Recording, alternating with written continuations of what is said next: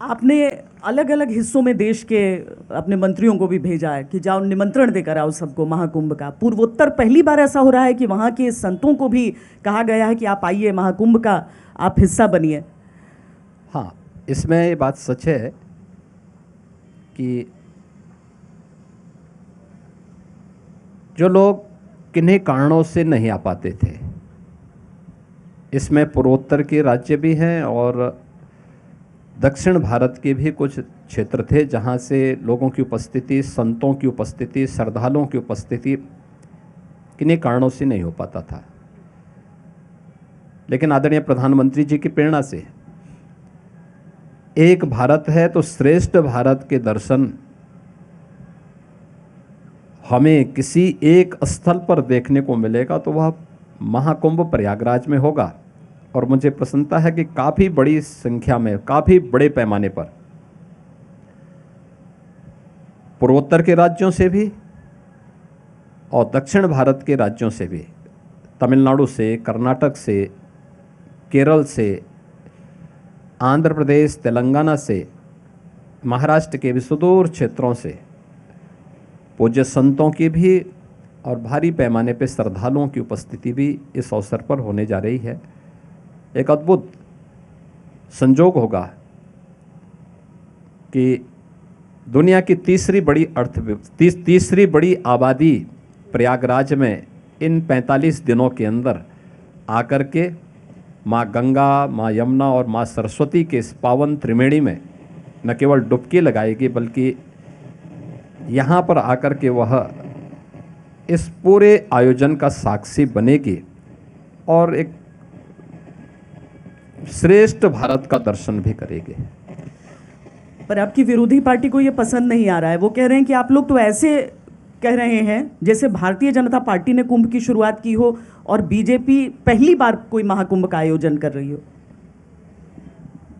देखिए, हम बड़ी विनम्रता से कहना चाहेंगे कि हमने कभी नहीं कहा कि भारतीय जनता पार्टी ने कुंभ के आयोजन को अपने साथ जोड़ा है, लेकिन उस आस्था को आधुनिकता के साथ जोड़ने, उस आस्था को सम्मान देने, उस आस्था को उसके अनुरूप एक नई ऊंचाई प्रदान करने में किसने रोका था।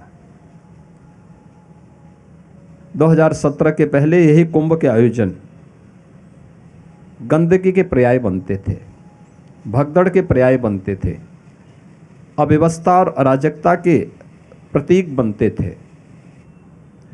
यहाँ पे सुविधा नहीं मिलती थी, लोग परेशान होते थे, संत भी परेशान होता था, श्रद्धालु भी। 2013 में प्रयागराज महाकुंभ था और प्रयागराज कुंभ के अवसर पर उस समय क्या स्थिति थी।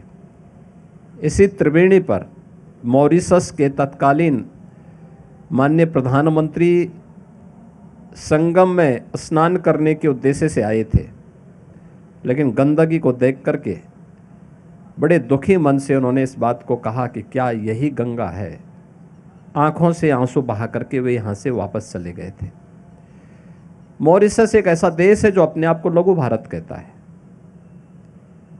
और मॉरिशस में लोगों ने माँ गंगा की स्मृति को गंगा तालाब के रूप में सजोया हुआ है, लेकिन वहाँ पर कभी ये महत्व नहीं मिल पाया। यहाँ पे उनको वह अवसर उस समय नहीं मिल पाया। 2019 में जब मैंने उस समय के माननीय प्रधानमंत्री से, जो प्रवासी भारतीय दिवस के कार्यक्रम में इसी प्रयागराज में आए थे, वो काशी में आए थे, तो मैंने उनसे अनुरोध किया। मैंने कहा भी आप यहाँ काशी में आए हैं तो प्रयागराज आकर के एक बार कुंभ चल रहा, प्रयागराज कुंभ चल रहा है, उस प्रयागराज में आकर के आप स्नान करेंगे संगम में तो अच्छा रहेगा। उनको उससे पहले की याद थी 2013 की, उन्होंने कुछ कहा नहीं वहाँ से, लेकिन बाद में हमारे आग्रह को उन्होंने स्वीकार किया। 450 लोगों के साथ वो यहाँ आए थे। उन्होंने यहाँ पे संगम में डुबकी लगाई और संगम में डुबकी लगा करके बड़े प्रफुल्लित होकर के गए। और आज मैं कह सकता हूँ कि यहाँ पे जो भी आएगा, 2019 का कुंभ स्वच्छता के लिए जाना जाता है, 2025 का ये महाकुंभ अपनी सुव्यवस्था के लिए और आस्था और आधुनिकता के एक महासमागम के रूप में जाना जाएगा। और आदरणीय प्रधानमंत्री जी की प्रेरणा से दोनों सरकारें व्यवस्था के साथ साथ आस्था और आधुनिकता के इस महासमागम को उसी ऊंचाई तक ले जा रहा है जिससे पिछली सरकारों ने वंचित रखा था। आज भारतीय जनता पार्टी की डबल इंजन की सरकारें उसे उस आस्था का सम्मान देते हुए उसको मूर्त रूप दे रही है।